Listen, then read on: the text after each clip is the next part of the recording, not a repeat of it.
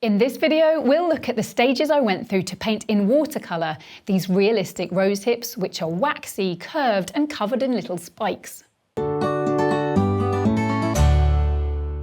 Hi, I'm Anna Mason. Welcome to Nature Studio TV, here to help you become the artist you want to be.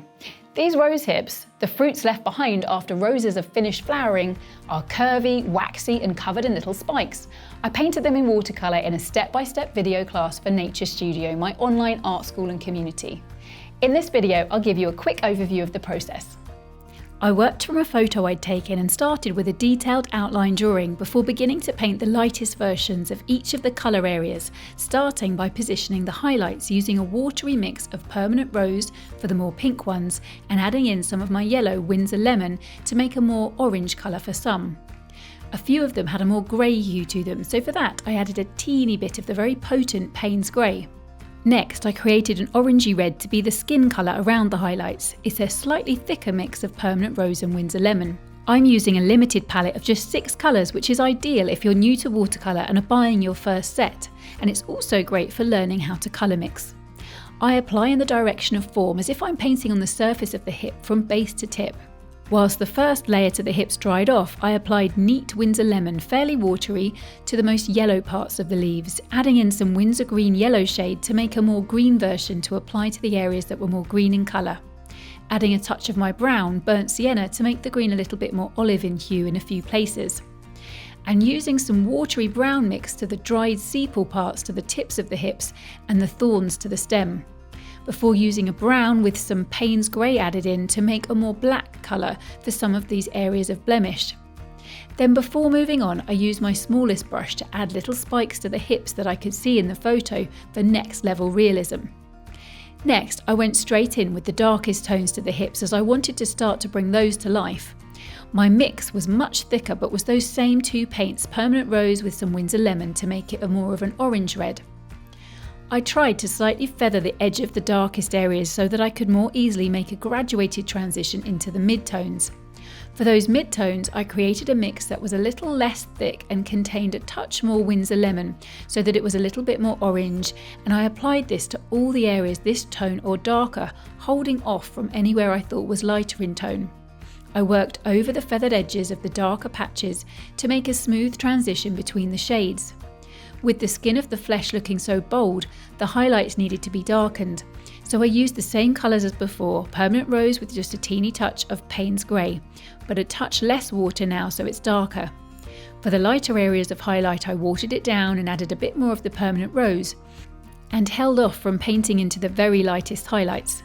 As I applied these mixes, I stippled and worked a little bit into the darker paint to make a softer transition. I then did the same thing to the other hip. Next, I used my smallest brush and some thick black-brown paint to pick out all the details to the dried sepals, leaving gaps to any lighter areas and watering the mix down to where it needs to be less dark, adding more brown or even yellow to adjust the hue too. When dry, I made a few adjustments, darkening a few more areas with another layer. Next, I darkened up the greenery, beginning with the darkest green areas first, then watering down my dark green mix and adding more yellow to darken the midtones, and adding a touch of permanent rose to blend into the hip, and adding another layer to the left side of the stem so that it's darker to the left, which gives the stem some shape.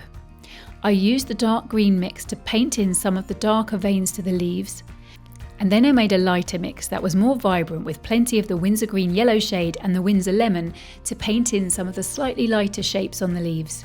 Adding more Winsor lemon to lighten the mix further, I worked into the leaves' midtones, leaving gaps for the lighter vein areas to stand out. I added in a little bit of my brown to start to fill in larger areas, and added in even more of my yellow Winsor lemon to create a mix that I could apply to much larger areas of the leaves, and adding even more yellow for the most vibrant yellow parts of the leaves. I'm closely looking at the reference photo all the time to find these areas and applying the paint as a glaze over the darker green areas, which serves to unify the leaves and make them feel solid. Now I made some tonal adjustments, going back to darken up the darker areas some more. It's easier to see that now that I've darkened up the lighter areas of the leaves. Now I used a dark red-brown mix with my smallest brush to pick out more details, including with my dark green mix to the leaves. Then finally I added a watery green mix to the paler leaves to darken those. Next, I stepped back to take in the painting as a whole to compare it to the reference photo to look for what areas needed to be darkened or have detail added to. This included darkening the highlights a fraction using fairly pale mixes. Because we perceive tones or values as relative to the tones or values around them, it's easier to see how much darker to take these highlights now that the leaves have been painted too.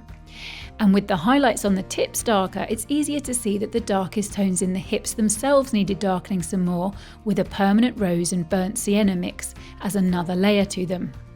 Finally, I added another layer to some of the dark greens and blacks in the leaves and stems, before spending a few more minutes looking for more darker details to add, like darkening up the edges to the leaves and darkening up the spikes to the hips. And finally, the rose hips were finished and popping off the paper. A full-length video class of these rose hips, complete with an outline drawing you can trace, a reference photo and a list of paints, is available now with Nature Studio membership. If you've enjoyed this mini class, please subscribe to Nature Studio TV, then pop over to naturestudio.com where you can sign up for a free class and find a whole heap of free resources to help you capture the beauty of nature on your paper. Thanks for watching, and if you want to find out more about my art school Nature Studio and the free class that's waiting for you there, keep watching. If you haven't taken your free full-length watercolour class yet, you're missing out. Step by step, I'll guide you through painting a 3D pear that looks real enough to pick up and eat. I'll explain not just what to do, but why, so you'll learn a reliable method you can use for painting all kinds of subjects that make your heart sing. You'll discover that you're already a better artist than you thought, and like thousands of others who painted their free pear before you, this discovery might just ignite a spark in you that wants to take this further. Which is where Nature Studio membership comes in. Joining gives you access to hundreds more classes that'll help you develop your skills and grow as an artist.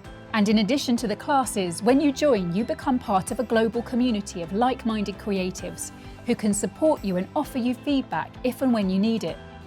Get the free pear class now and enjoy discovering wherever it takes you next.